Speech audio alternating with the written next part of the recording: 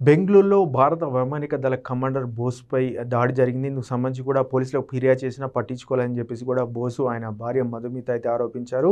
సోమవారం తెల్లవారుజామున బెంగుళూరులోని సివి రామన్ నగర్‌లోని డీఆర్‌డీఓ కాలనీ నుంచి అయితే మధుమిత, ఆమె భర్త బోస్‌నైతే విమానాశ్రయానికి తీసుకెళ్తున్న క్రమంలో అయితే తమపై దాడి జరిగిందని చెప్పేసి కూడా బోస్ ఒక వీడియో రికార్డ్ చేసి అయితే సోషల్ మీడియాలో పోస్ట్ చేశారు. అయితే దీనిపై పోలీసులకు ఫిర్యాదు చేసినా పట్టించుకోలేదని, ప్రస్తుతం కర్ణాటకలో ఇలాంటి సిట్యుయేషన్‌లు ఉన్నాయని చెప్పేసి కూడా ఆయన రాసుకొచ్చారు. అయితే అక్కడ ఏం జరిగిందో కూడా వివరించే ప్రయత్నం చేశారు. మేము కార్‌లో వెళ్తుంటే వెనుక నుండి బైక్‌పై ఇద్దరు వచ్చారని, తమను దుర్భాషలాడారని, తర్వాత తమపై దాడి చేశారని చెప్పేసి కూడా బోస్ వీడియోలో వివరించారు. అలాగే రాయితో కూడా కొట్టినట్లయితే బోస్ వివరించారు. అయితే ఇది ఏకపక్ష దాడి కాదని చెప్పేసి కూడా పోలీసులు నిర్ధారించారు. ఎందుకంటే ఇందుకు సంబంధించి కూడా ఒక వీడియో అయితే ప్రస్తుతం సోషల్ మీడియాలో వైరల్ అవుతుంది.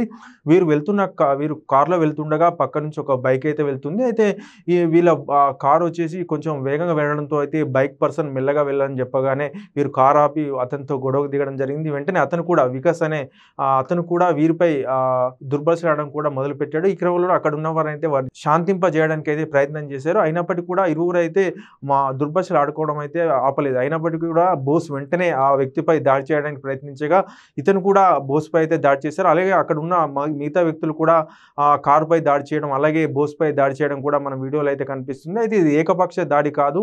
వీరు అంటే బోస్ అనడం, అలాగే ఆ బైకర్ అనడం, ఇలా ఒకరినొకరు అనుకోవడం వల్లనే ఈ దాడి జరిగినట్లయితే పోలీసులు గుర్తించారు. ఇందుకు సంబంధించిన వీడియో కూడా ప్రస్తుతం సోషల్ మీడియాలో వైరల్ అవుతుంది. అయితే నిన్నటికి మట్టుకు తమను ఎవరో ఇద్దరు వచ్చి దాడి చేశారు, అకారణంగా దాడి చేశారు, తమను తిట్టారని చెప్పేసి కూడా బోస్ ఒక వీడియో రిలీజ్ చేశారు. దీంతో కేసును అయితే పోలీసులు సీరియస్‌గా తీసుకొని విచారించగా అయితే వికాస్ కుమార్ అనే వ్యక్తి కూడా ఈ బోస్‌పై ఫిర్యాదు చేయడానికి అయితే పోలీస్ స్టేషన్‌కి వచ్చాడు. అసలు ఏం జరిగిందో అని చెప్పేసి కూడా అడగగా ఒక వీడియో అయితే ప్రస్తుతం వైరల్ అవుతుంది.